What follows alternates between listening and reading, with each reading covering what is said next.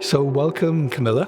We're Hello. really excited to have you on the podcast. I know that we've been talking about recording an episode for quite a while now. So, Camilla is the AI ethics research expert for SAP. And as we were talking just before, I mean, that really doesn't do what you really do, give it justice, I guess, right? Maybe it's better that you explain what you actually do. What is AI ethics and all of that, right? Well, I mean, AI ethics is a field that has kind of, I would say, in the last, really, really developed maybe on the last 10 years, more or less. Oh, okay. It didn't start it like something that was very consolidated. I guess right now it has become more consolidated. People in the industry are a lot more aware on why it's needed and why it's important that the industry and that their researchers actually going into the field. And pretty much this is a field that studies and it's concerned in ensuring that AI is designed and used in ways that are ethical and responsible and are aligned to societal values, right? And the reason for having this research is because many of the major scandals that we have had in the last 10 years, they would have been impossible, right, without AI, right? From deep fakes to democratical elections going down Right. to security concerns, IP concerns.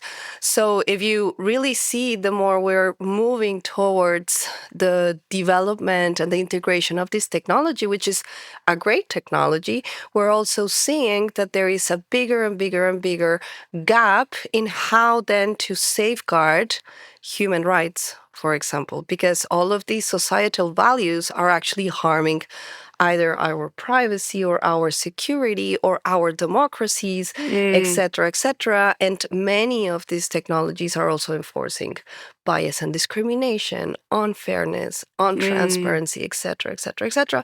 And that's the reason why, since the growth of these scandals, AI ethicists have started saying, okay, what is it that we are not looking at? What are the gaps on the development and deployment of this technology, and how can we breach the gap in order for this technology not to be harmful for societies? Yeah. So that we integrated it in our lives in a sustainable way, in a way. Exactly. And sustainable in a global way, right? So in a way, we have an asymmetry on what AIs right now can recognize in societies and what they can't, right? I mean, we know that we have that internet in general has a big data gap, has a big gap also in utilization, etc. So in a way, these machines are learning from what we're feeding them, right? And the feeding of these machines or these systems, let's put it systems, it's not really a machine, they can only learn from what we give. And a lot of what we give is incomplete. So that evokes a lot of ethical questions on how, like I said, bridge that gap. Okay. And I want to touch on that because, thank you for reminding me, because I know we've talked about this in many of our conversations. When you say something's missing all of the time, can you expand on that a bit? Because I can kind of think of where you're getting, considering what we talked about before, but for our listeners. So is Sure. that because in my limited view, I'm not an AI expert. I'm just like a hobbyist. I like to read about it, as we told you, but it seems very westernized to me. The companies leading the way. I know there's a lot of stuff going on in China and other places, but the companies that are in the headlines, Microsoft funded Open ChatGPT, OpenAI, for example, it's very Western. So are you saying that it's missing, say, indigenous and... I mean, it is very Western. It's not only Western, it's also, I mean, if we go a little bit back, so let's step back a bit. a lot of the way that this technology started being researched, and like this ideal that we will be able to automate, let's use the word stupid task that shouldn't be done by humans, or also in the fact that, okay, because we're automating, then there's going to be less human error, and therefore we will be allowed to create more security in, I don't know, aviation or healthcare or whatever. It goes into a very positive intention, right? But much of what we have gathered into our digital technologies, they really represent a fraction of society, right? So AI kind of gave a humongous change with the implementation or the release of ChatGPT. And why? Because suddenly this technology could be used by anybody. It was just suddenly democratized. It wasn't just like engineers trying to see how they could, automate some processes. And with this, then everybody could use it. And with this, other risk, again, to protect and safeguard societal values went even higher, because now everybody can use the technology without understanding what are the limitations of the technology. So after ChatGPT came out, there was a very interesting study that is called Which Humans? And this is a paper that I would definitely advise anybody to read, that studies more or less the correlation between so these LLMs, large language models, they tend to hallucinate, right? So what is hallucination? Well, hallucination is the fact that you believe that you're reading kind of a factual natural language, because you have, LLMs that are speaking like humans, but it's a machine. But you believe that you're having a conversation because it sounds like it. It sounds like it, right? But you never know if what they're saying is truth or not. The accuracy goes into the level of linguistics, but not into the level of factual understanding, right? So what they analyzed through this study was that the further you go from weird cultures, and weird cultures meaning Western educated, industrialized, developed cultures, to non-weird cultures, the further or the bigger the hallucination goes. So what we're seeing is that we're using now a product that is democratized and that everybody's using. So I can use it in Colombia, I can use it in Serbia, I can use it in England, but the level of hallucination will be bigger depending on what we ask, and depending where are we asking for, and also depending on the language that we're using. Oh, wow. So what we have is, if you not put it into an ethical way, but you put it into a quality testing way, we have then a product that it's not tested with a quality for global utilization. So there you see really that there is a gap on the way societies may be then harmed as well with the utilization of certain AI systems.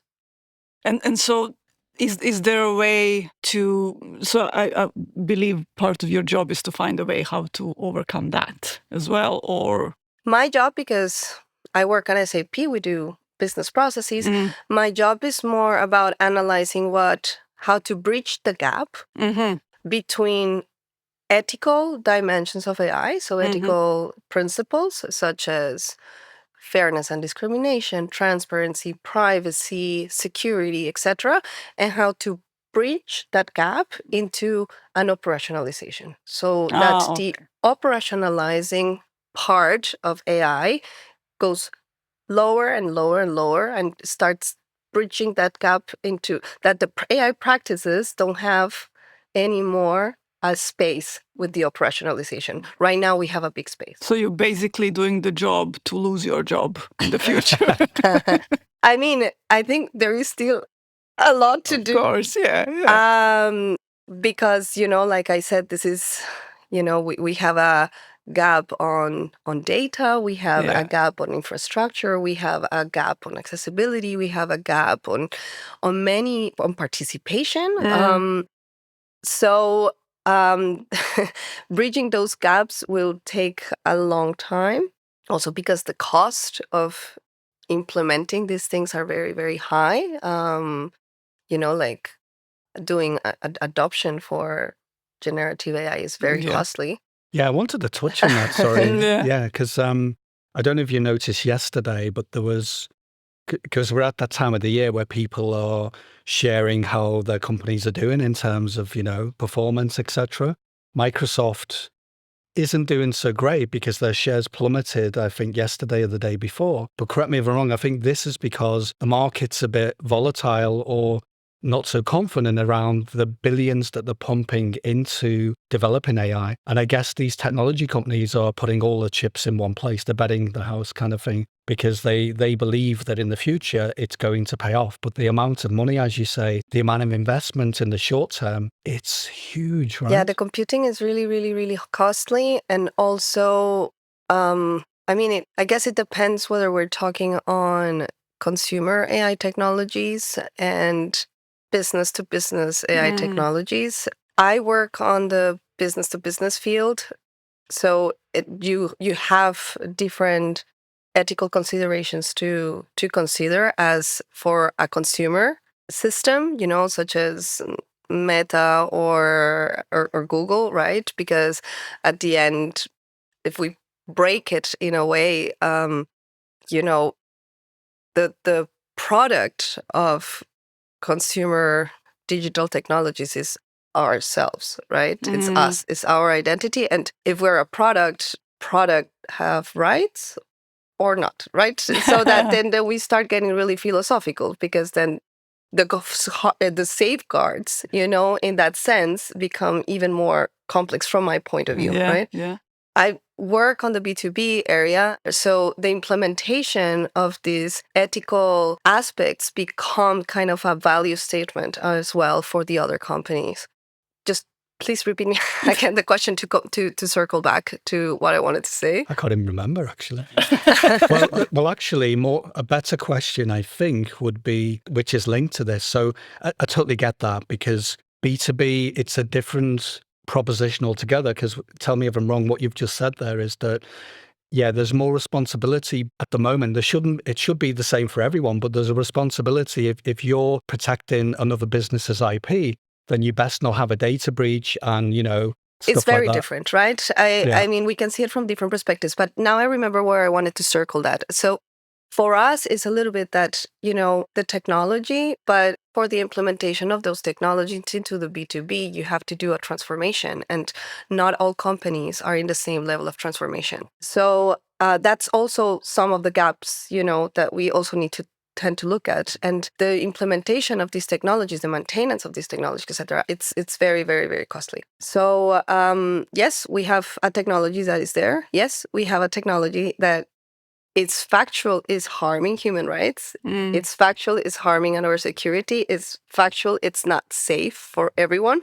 Still, the way that it's being implemented, it's different depending whether you are in a B2C or in a B2B area, because, we could go very philosophical in that sense, if we are the objects, instruments of AI, like I said, on the B2C, I would ask again the question, okay, objects don't necessarily, or should they have rights, right? I'm not saying that that's not the case. You have other regulations, GDPR, etc., but this is, again, just localized to Europe. Yeah. I want to talk about the EU for a minute, because we're in the EU. Right. Because I know we can go worldwide if we want, that's fine. So on the consumer side, the AI Act has come in. I know that affects everything when it comes to deployment. It affects both. Both, right? Okay.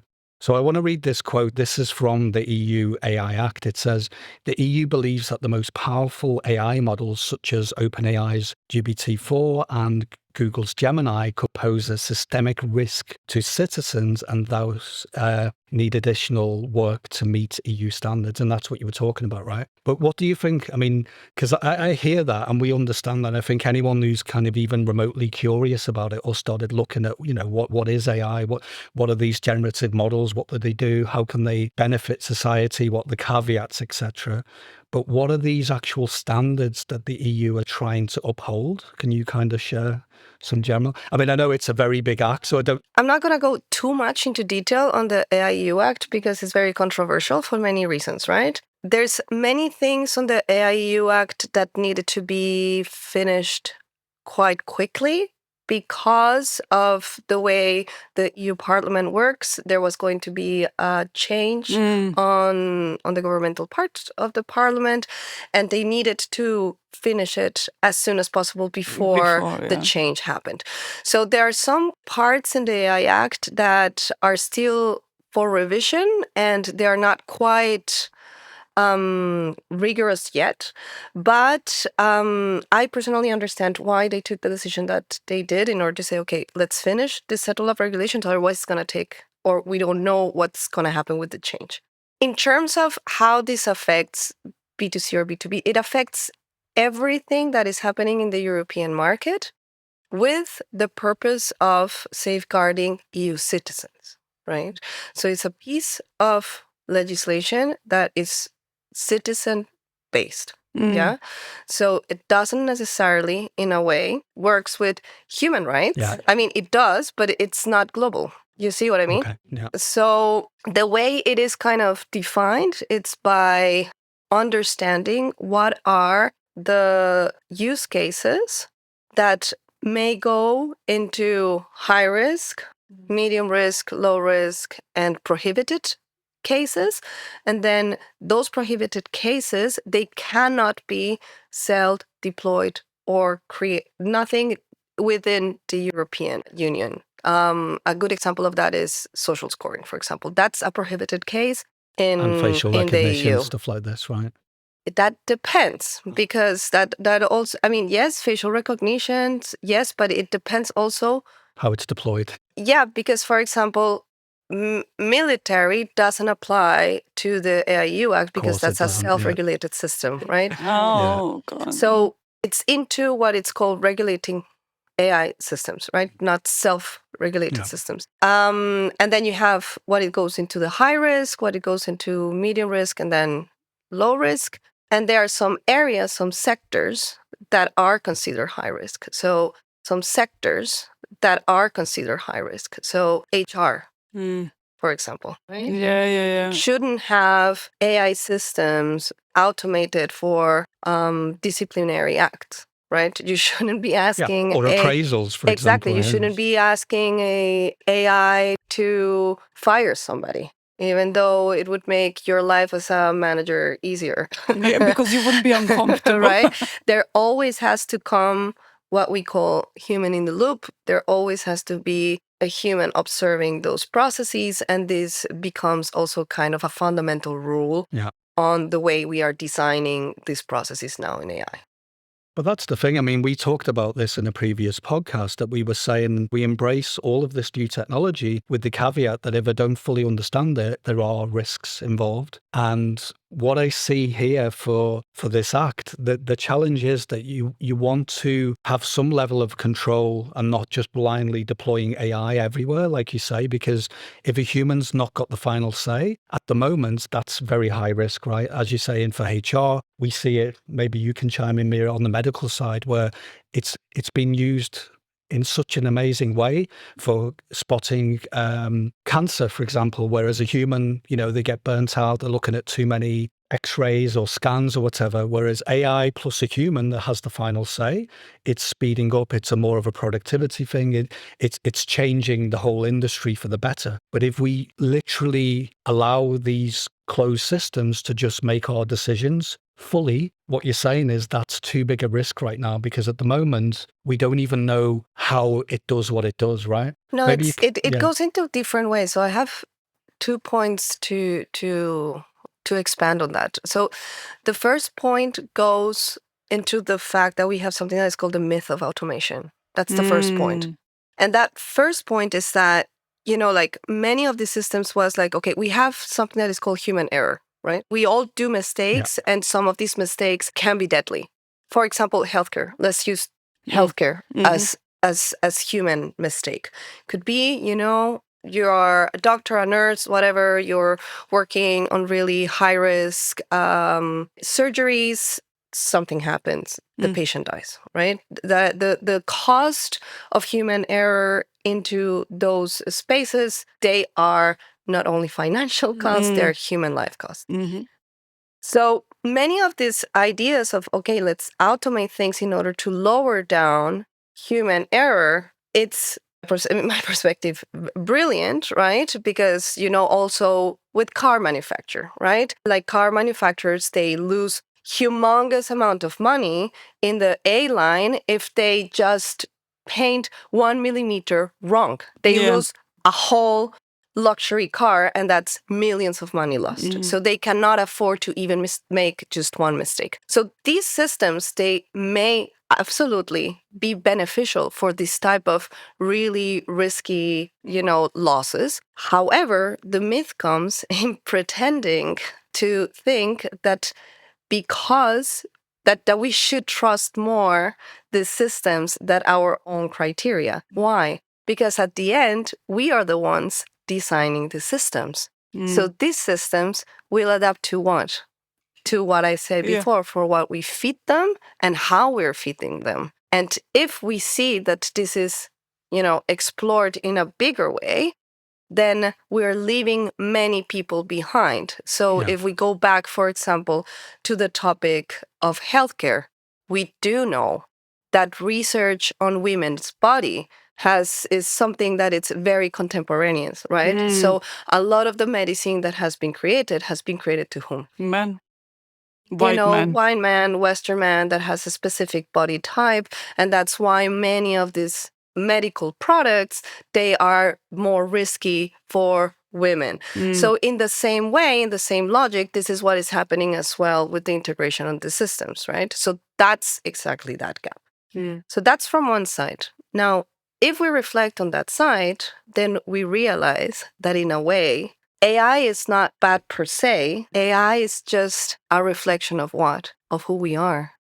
Of our blind spots or unconscious biases. Exactly. And it's just reflecting on the same biases, on the same gaps, and on the same divisions that we are having right now as human beings. I do believe that there is a big benefit of the conversations that we're having in AI right now, because I think that there are a lot of things that before people didn't have the courage to talk about, but now we are talking about diversity and the real cost of diversity in a much more refined way than, 20 years ago. So that reflection, it's also coming with benefits. Yeah. Can I ask you, so, it's linked to this. So one challenge is we are as good as our self-awareness, right? And we've talked about how, if it's too heavy on the Western side and not taken in different cultures, of course, it's not going to be rich enough to cover the rest of the world. But what about the fact that there's AI models? I don't know if you know about this study, and I don't know the exact name of the study, so sorry, we'll find it. If we find it, we'll share it in the show notes. But there was a lovely quote that I noticed. I was like, wow, okay. It says, "You are what you eat."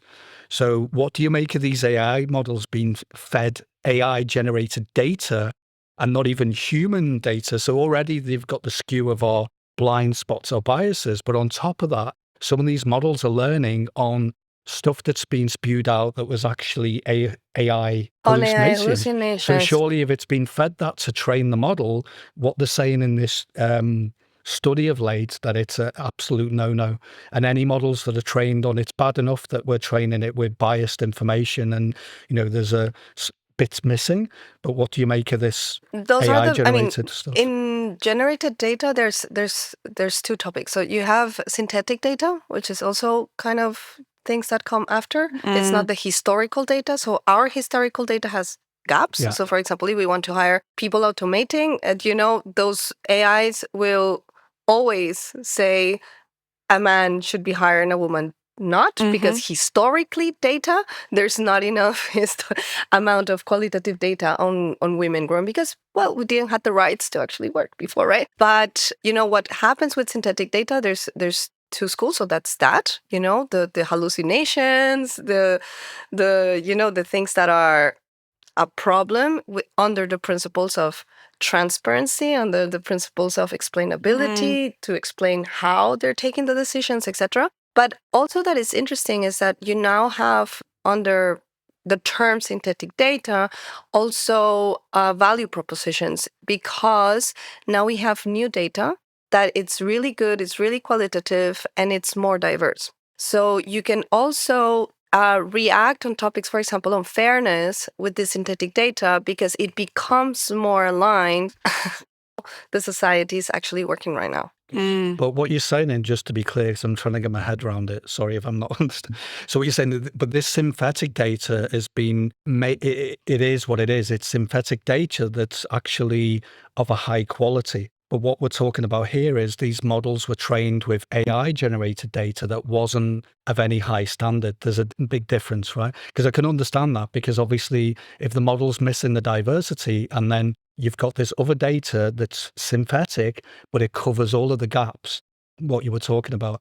You could utilize it. So that's why I'm saying that there's two there's 2 points on what is happening with the generated data, So it's either this hallucination data, but you also have this synthetic data that is also generated. But that's not a bad thing. Exactly. So what happens a lot, in AI ethics is that you have to balance out, like be able to spot, these dilemmas, and to understand from those dilemmas what type of strategies, you can utilize in order to breach what I said at the beginning, this gap.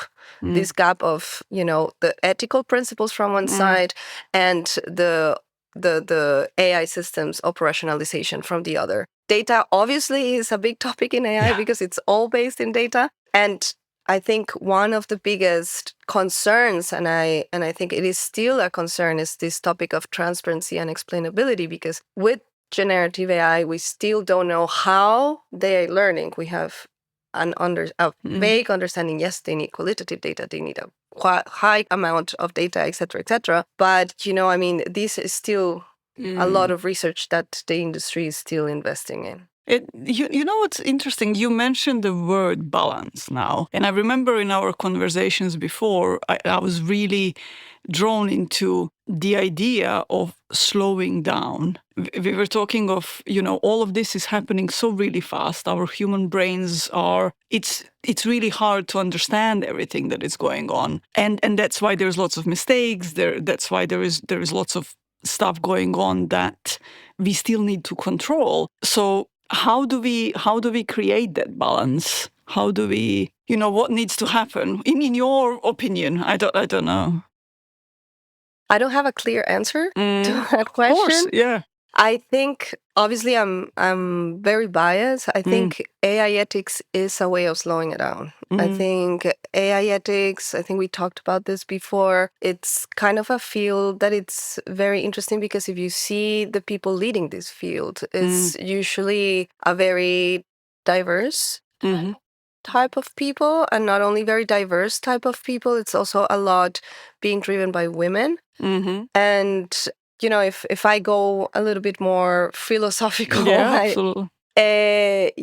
Femininity has kind of this disaggregated value, right? Of slowing down, of stopping, of meditating, of getting inwards, of questioning, right? That's a very natural characteristic on the feminine. And, the fact that we're saying, okay, yes, great. I mean, bring these technologies out. I mean, in many processes, they're needed. And they're, like you said, with cancer treatments, whatever, they're amazing, right? I mean, even radiology, they have accuracy of almost 100%, right? But obviously, we cannot lose the gaps. We cannot miss the gaps.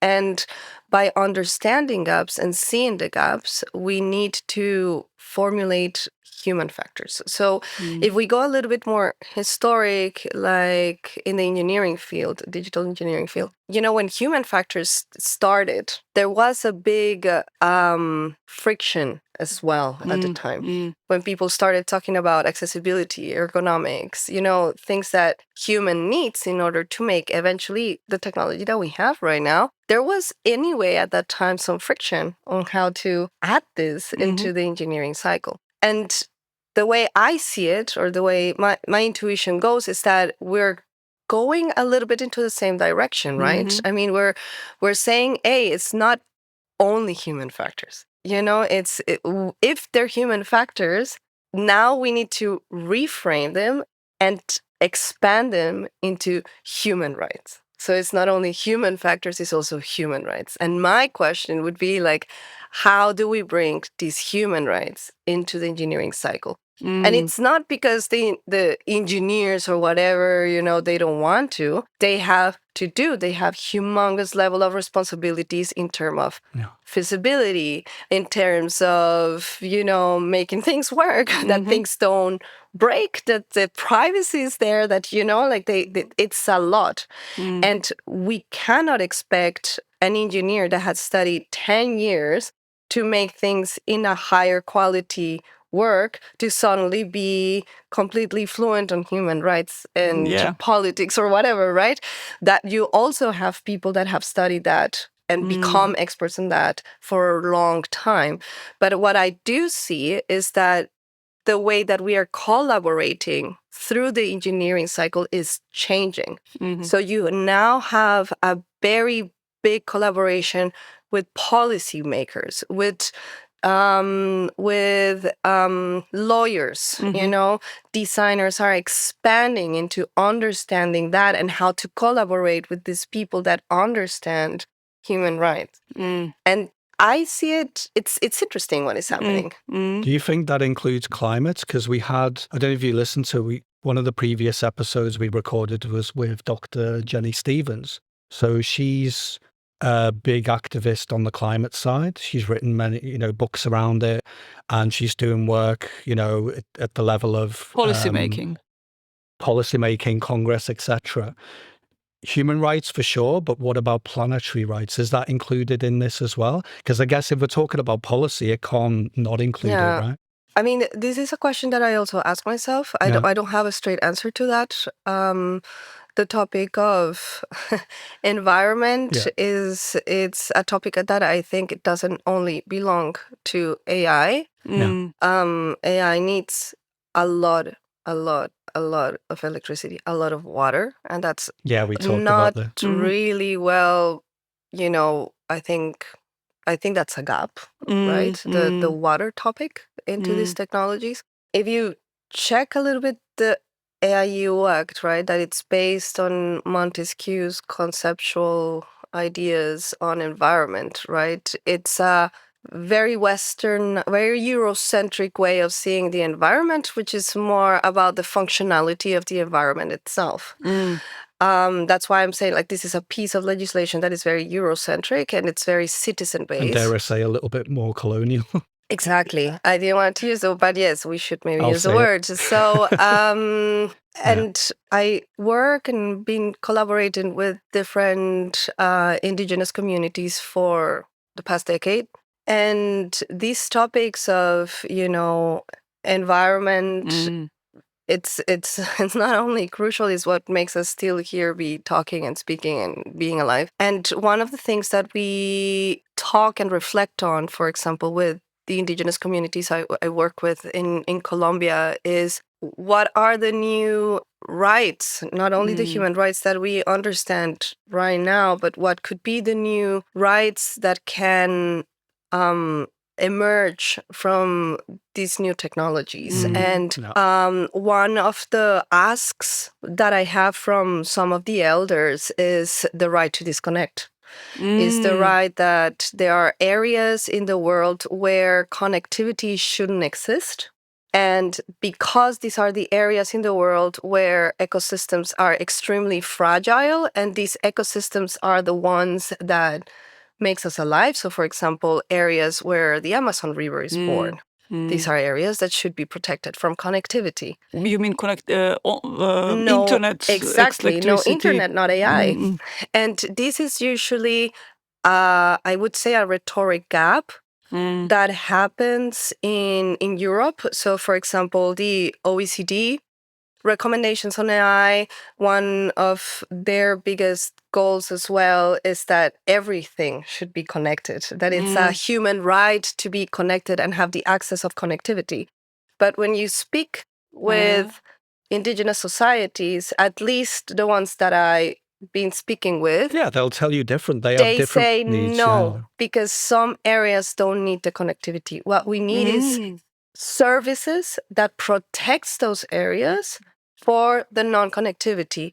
And if we follow a little bit more upon the right of non-connectivity, we could also argue, what does it entail? So, for example, I was previously discussing with a very interesting group of ethicists also about this.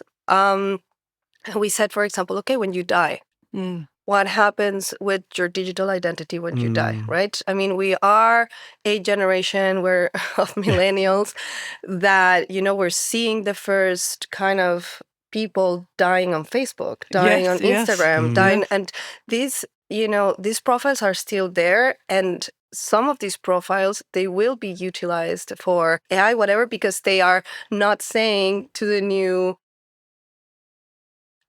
meta policies, I don't want you to use my data. Oh, wow, that's a whole new episode, right? Wow. So in a way, I think that's why, I do believe that finding voices of people, places, communities that don't produce AI, but would be affected by AI is so important, because then we can feel the gaps from a bottom-up perspective instead of saying, okay, these are the values that we pretend are good, because they are good. Yes, true, we should be connected. But good for us. But why not? If you're in a democratic society, I would like to be connected, right? But what is the opposite? Yeah, but not at What the is the detriment. spectrum? Yeah. And are we seeing all the spectrum, right? Yeah. So what you're saying, it'd be great for everyone to be connected, but not at the detriment to losing the natural ecosystem. And the problem with humans is there are human rights. I get that. We all agree that they should be there. But we also forget as humans, me included, that we're part of a closed ecosystem that is planet Mother Earth, right? And humans, although we've done amazing things with technology, it's always at the detriment to our natural resources, as you said. So, and I think the topic of supply chain, AI supply chain, is a topic that is not fully covered.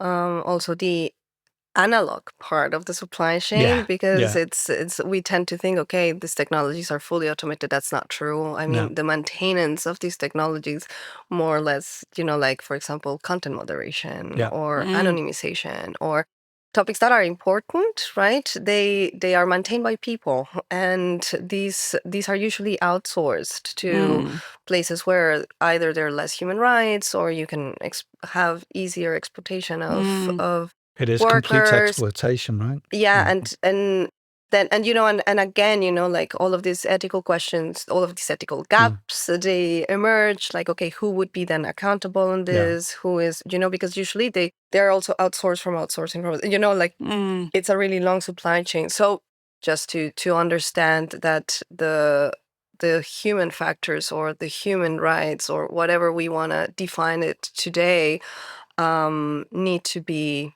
more and more integrated, as you say, slowing down by looking at this and saying, okay, let's create amazing engineering products. What we want is quality, right? We all want quality in our products. We want products that don't cut ourselves. We want a car that we can go and drive the car and feel safe, right? I mean, and that's what we're trying to do, to bring AI safe, because everybody loves cars. I mean, I don't drive, but a lot of people love cars. They they bring goods from one side to the other. We can go to other cities, whatever. But we feel safe in a car because we have built safeguards in a car that allow us to move around and move fast. And right? good You brakes, would never go into a Ferrari driving 300 kilometers per hour Without if you wouldn't brakes. trust either the brakes or the belt or anything else, right? So in a way, I think that's what AI ethicists and responsible AI and all of these fields are actually trying to do. And there is that balance that we were talking earlier, isn't it? It's interesting. I'm just looking around as we are talking. We are sitting in a totally analog bookstore, and I thought that would be a great contrast to the whole conversation of technology and speeding up and connection. That here, you kind of come and sit down and reflect and read, and we need this connection. And now I'm thinking about it, and maybe that's something that we can maybe even close with. But before you do that, I just want to say a big shout out to Paul, who's the bookshop owner. So we'll just give him a plug because I forgot at the start, right? So this bookshop is called St. George's Bookshop. It's in Prenzlauer Berg in Berlin. We'll probably make more episodes here because I don't know about you, Camilla. I feel like it's such a wonderful backdrop, especially for this topic. It's a as you beautiful said. place. And then you sit down and you see all of these books and you're like, oh, this is interesting. And it's hard for me to not look at the titles of the books while we're talking, right? And maybe that's actually had a positive impact on where we've gone. Who knows? Maybe in a subconscious way. Sorry, Mira, go on. So we want to be connection is really important to us as human beings, but there's two different connections, isn't it? There's a connection with the outside world, and then there's a connection with ourselves. So we do need to have that balance, and slowing down and disconnecting allows us that other type of connection. From my perspective, from where I'm sitting. I think so too. I mean, I think that whatever innovation or humans do, we do need to integrate the opposite. We need to understand what is the spectrum of these innovations, right? I think, unfortunately, when we tend to think on innovations, we fall in love with it and we think that's the only thing, and then we just create everything around innovation as the only truism, the newborn baby of humanity, right? Yeah, the new shiny thing. Exactly, right? But the truth is that, and this is not something that I said, it is from Virilio, he definitely said, okay, if we create the airplane, we create the air crash. If we create, the car, we create the car crash. So at the end, those opposites are also okay because we need to. Life works with polarities. Yes. But in order to integrate what are the safeguards of these things, we need to understand what are the polarities. I don't think we have quite understood what are still the polarities of AI. I think the right of disconnectivity is one of those polarities.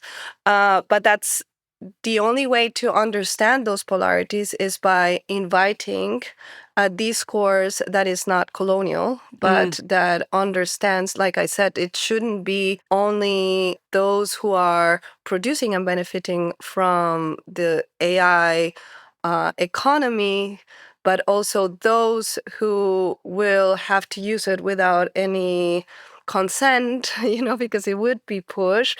Those societies should also be part of the construction of that gap that is not seen. It sounds idealistic, but I think it's very important. And I think AI ethics is exactly showing us that. It's starting with women data, for example. It's already showing us that. I honestly, from my point of view, I don't know what Mira thinks, but I don't think it's idealistic. I think it's essential. It's essential, yeah. I see that in the models I've used. I see the limitations of it. It is very vanilla in a way.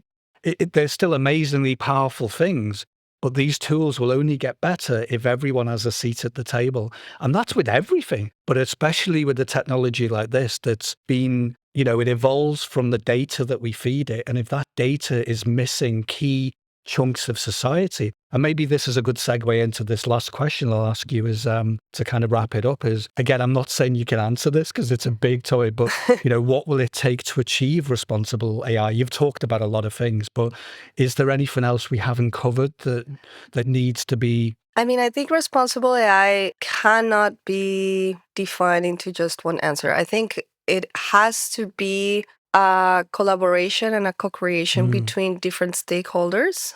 Like I said, like redefining engineering cycles, sprints with the collaboration of, like I said, policymakers, legal designers, people that understand the human factors. Gradually, I hope that becomes integrated. It's like, accessibility standards have become integrated, right? You wouldn't take out a product and sell it as this is an amazing product if you haven't checked accessibility checks. So it can be a little bit speculative, but I wish, in a way that in the future we say, okay, can we do like a human right check, right, on this product? Have you checked it? Yeah. And that's obviously something that we never had considered because these has been fields that have been separated by their own expertise because AI is automated human decisions. Suddenly these fields will need to collide. But that's definitely just my opinion. I think there are completely different opinions on what responsible AI could be. Yeah. But I definitely believe that it comes with collaboration and integration of different terms of responsibility for productizing that, right? Got you. But I think that's with the whole of digitization, the whole history of it, that, if you look at social media, it's just as challenging because all of these companies were not really regulated because no one understood what the hell they were doing in its embryonic form. And even now, I don't want to just pick on Meta because it's not the only one, but there's still not really it's not really massively well understood the implications of what they're doing. And this is the same for AI, right? So I think that, again, in my humble opinion, it'd be good to take some steps back. And as we talked about, to slow down enough to go, okay, there's obviously stuff that we missed and we've learned a lot. And we talked about it in the earlier conversation. Democracy suffered greatly because of digitization. So it's an amazing tool to get your message out. But if you look at, the start of it was Cambridge Analytica, and even now, deep fakes, it goes, I mean, God knows what's affecting the current state of things that are going on. We're not going to know until it's happened, right? And I think that the more awareness, understanding there is to what I was saying, like that we tend to fall in love with our innovation. So like we fall in love with social media, we fall in love with the plane, we fall in love with AI. And it's really just to know, like, it is there. It's a good, interesting technology, but it's not there complete, It's not complete yet. And I think it's important that we understand it's a tool, but we need to use this tool with our own intelligence, right? I love this. I think this is a good place to end, that we need to use our human intelligence in parallel with any technology in the future. And I think that's a good thing to reflect on, right? That we just miss that quite often. And we're all guilty of it. Like you say, we get excited about something and we use it without thinking about the implications of it. And sometimes that's when our biases, or we blindside ourselves, because it is absolutely amazing. And I really stand by it that we should be using it in the future. But again, just to not switch our curiosity or our critical thinking off.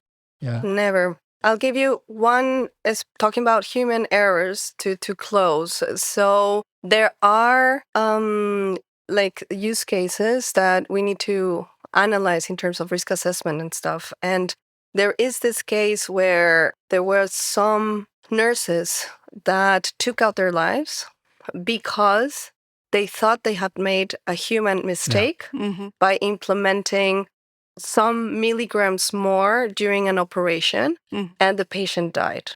So imagine you're this nurse, you go to the operation room, you add just whatever millimeter, very little to this patient of morphine or whatever, the patient doesn't wake up, they say there was too much morphine, and this person has a level of guilt that goes back home, kill herself.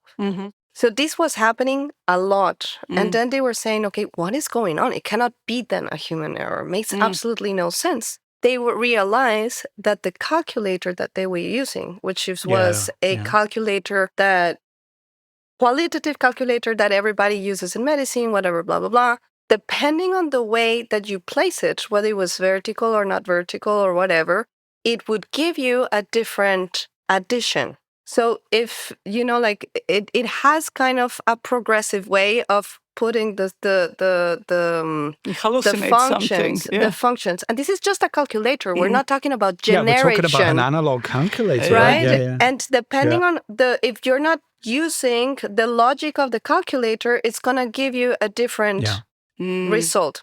So in that sense, we want to trust the machine because we think this is going to allow us to have less human errors. Let's use it, but let's always be the one who takes the command.